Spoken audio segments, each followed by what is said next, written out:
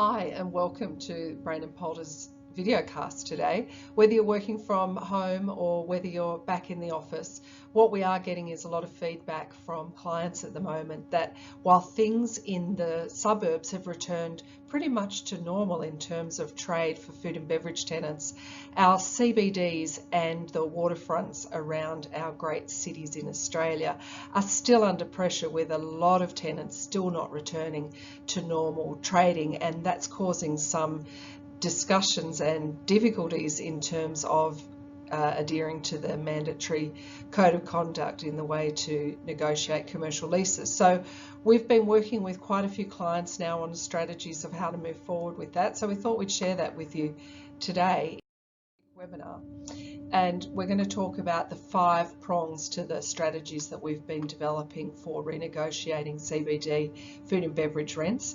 That's around the quantum, understanding how many outlets are sustainable given the work from home and border closure restrictions. Also the impacts of capacity due to the physical distancing, what that means to actually sales and revenue per square metre, and the way that we have traditionally looked as rent being a per square metre charge. Then what good retailers are doing to actually improve their revenue under these restrictions, and the types of retailers that you really want to be backing in your retail portfolio. And then the way that we've been creating new ideas and concepts through ideation workshops and working with you as stakeholders and also your tenants as stakeholders to reach new concepts and new ways of pleasing the commercial office workers and the visitors to our cities in terms of food and beverage that they can enjoy. And finally, how important technology is in driving revenues up, because we've got to get those revenues up to get the rents up. So a little bit further on each of those issues. If we start with the quantum, at the end of the day, food and beverage needs, in a colloquial term, bums on seats. At the moment, we have reduced workers in our CBDs. We have also reduced business lunches and entertainment that is dramatically affecting many of our finer diners, and also reduced tourists who have a propensity to eat out and spend a lot more on food and beverage. So compared to the suburbs where everyone's kind of back to normal, mum's picking the kids up from soccer training and they're stopping by at the Mexican QSR to get their dinner, traffic's back in the shopping centres and people are engaging in the food courts again. In the CBDs, we've got so many, a perfect storm of like a tsunami happening. Even as we have returned to work starting, that's coming back in smaller teams. Those teams still have an option to work from home. So even if 30% of the workforce is allowed back in an office building in any one day, we're certainly finding that maybe only 20% of the workforce is turning up. A little bit of rain, kids on school holidays, now workers have got the option to work from home. So overall, it's likely that we're going to see less office workers in the city. The corresponding flow-on effect of the lack of coffee meetings that are occurring, of executives going out and having their power business lunches, and as we said, with those border restrictions in place, a lot more tourists not getting down to our waterfronts and our CBDs and imbibing. This is still having major impacts on CBD and waterfront food and beverage businesses, and this is likely to continue for a long time. So we do have to make some rethinking of the quantum. At the moment, there's about 70,000 food and beverage outlets that we can pick to eat from anywhere around Australia. Now, the Restaurant and Catering Association, the peak body for representing these operators, is already predicting a 25% decrease in the number of food and beverage outlets in the country. So that means about 17,000 plus food and beverage outlets, your tenants, could in fact be closing. And when we look at the cities in particular, at the moment, land use surveys of Sydney and Melbourne alone tell us that 1 out of every 2 ground floor shops in the CBD is some sort of hospitality use. And what we are expecting So for B&P clients, we're spending a lot of time redoing all our sustainability numbers for CBD precincts so that our landlords can really understand what are the sustainable numbers of outlets going forwards. You know, just from simple planning ratios in a food court underneath a office building in a frame location within a CBD, we're looking at about 1,500 office workers coming to work every day just to support one food court outlet. Now, if we've got these decreased office populations going forward, expecting to retain a full food court is not going to be possible, and we've got some great strategies on how to rejig that so there's still vibrant and active spaces at the bottom of our buildings, but tenants are able to actually trade profitably and keep paying a rent. So as well as the quantum needing to be reviewed, we've also got the capacity of tenancies due to the physical distancing restrictions. Now that's differing state by state, but still we're not back to the levels where we would normally have around 1 square metre per person for food and beverage operations, where at the moment we're at anything from 2 square metres to 4 square metres, effectively meaning that we're halving or even quartering the capacity of food and beverage outlets. So where we used to use metrics for measurement of profitability in terms of landlord talk, we talk about revenue per square metre, rents per square metre. These productivity measures are no longer relevant in the New World Order if we're reducing the amount of customers that can actually be served. We're certainly seeing some big winners and losers out of that at the moment. So anyone with al fresco seating is doing much better at being able to retain their productivity levels, whereas places like bars and busy CBD waterfront type venues, where sometimes the capacity is down to as close as 1 person per 9.9 of a square metre, as you can see in the photo here. These types of capacities not being able to be met any longer are having a big effect on revenue and very hard to get over.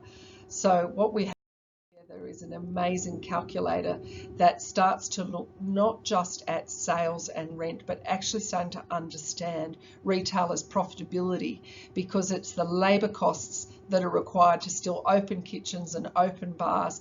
It's the food costs that are still required to merchandise cabinets and stock the shelves of the bars. It's understanding the difference between the fixed and variable sections of each of those costs and the impact on profitability that will really help you negotiate effective rents going forwards and rental structures moving forwards as well. So this is an incredible tool. It's saving our clients weeks and weeks of work in working through their F&B portfolios, and this has been an incredible tool that we've been able to produce and help our tenants understand. Likewise, as you renegotiate rents with tenants, you're going to be looking at the winners that you want to back. And so if restaurants and cafes can no longer seat the amount of people that they used to be able to, they now need to start to look for some alternative revenue streams. And you want to be working with tenants and backing tenants that have got that kind of mindset that they need to actually replace the income streams that they used to get from having the bums on seats. In fact, we're saying you want to be working with tenants that have generated at least 7 different revenue streams for their business. So some of the things that we'd be looking for, particularly relevant to waterfronts and CBDs, is operators who are able to shift to creating set menus. So instead of customers traditionally spending in the past, say $25 or $30 a head on a meal, finding ways to get them to be spending $60 a head on meals, so that if they're serving half as many customers, they can still be taking the same revenue. Other ideas in that area are also, of course, introducing takeout menus that are relevant that are offered. Bringing back merchandise. Any of you have got a Hard Rock Cafe t-shirt lurking in your wardrobe that your kids now class as vintage? We've seen lots of innovation from some great food and beverage operators during this pandemic period on adding in extra revenue lines from liquor, from meal kits, from pre-made cocktails in party packs, lots of and even packaging up some of their exclusive sauces and secret recipe dishes. So these are the sorts of innovative operators that you want to be working with. Introducing things like timed bookings, so that if capacity, again with the capacity restrictions limiting the number of customers that can be served, increasing the table turns that are going on in the spaces to keep building that revenue. And also the possibility we're seeing great operators think about is dark kitchens. And in the case of CBD and waterfronts, what we're talking about here is actually using the kitchens they've got to create pop-up, exclusive, limited time type offerings for delivery only that have got some exclusivity attached to it. So to really create some momentum and excitement. And we've got examples of restaurants that at the moment that have now got up to 6 different dark kitchen menus, specialising, all coming out of their one kitchen that they're already paying rent on. So again, these are the ideas, the types of tenants that you want to be working with going forwards and negotiating with going forwards. We do need to talk about technology. The biggest spike in technology use in Australia during the pandemic was people shifting to ordering food and getting food catering ordered and delivered and paid for online. So this completely contactless system, we are absolutely gobsmacked at Brain and Poulter, and have been for about 18 months now, at landlords' reluctance to embrace delivery and online ordering and payment systems at a precinct or centre-based level, instead allowing the tenants to do all the negotiations with third-party providers who are taking all the data and taking all the relationship with the customers, and also leaving landlords really at risk as tenants start to discover that they don't actually need a high street location or a premium location that they're paying top dollar for, when they can start to be generating 50, 60, 70% of their income from online. So for us, it's a massive opportunity for landlords to become the omni-channel themselves and create amazing experience for their customers to engage in their precincts through technology. We've got a couple of different apps and app developers that we've worked with towards white label or off-the-shelf products here that allow you to maintain that customer relationship, and we do urge you to start thinking in that space. Likewise, some alternative ways of getting food delivered throughout buildings, so things like delivery cabinets that can even be located throughout the floors of buildings to limit the traffic going up and down in the lifts, and to also support the retailers at the base. We've also found some fantastic new ideas for commercial clients.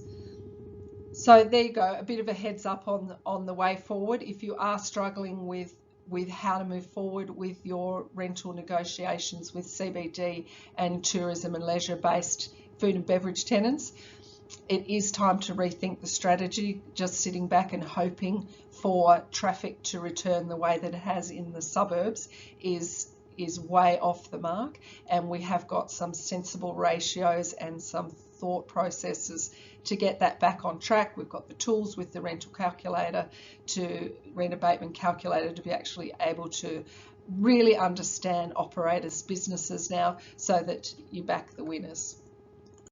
Always, throughout this pandemic, Brain and Poulter has been at thought leaders in this area, producing weekly updates on all matters relevant to food and beverage and how that is being affected by the pandemic. So please keep signed up to our newsletter or follow our socials, where we're posting like crazy all the great ideas that our company is producing. Thanks. We hope that's of help to you today.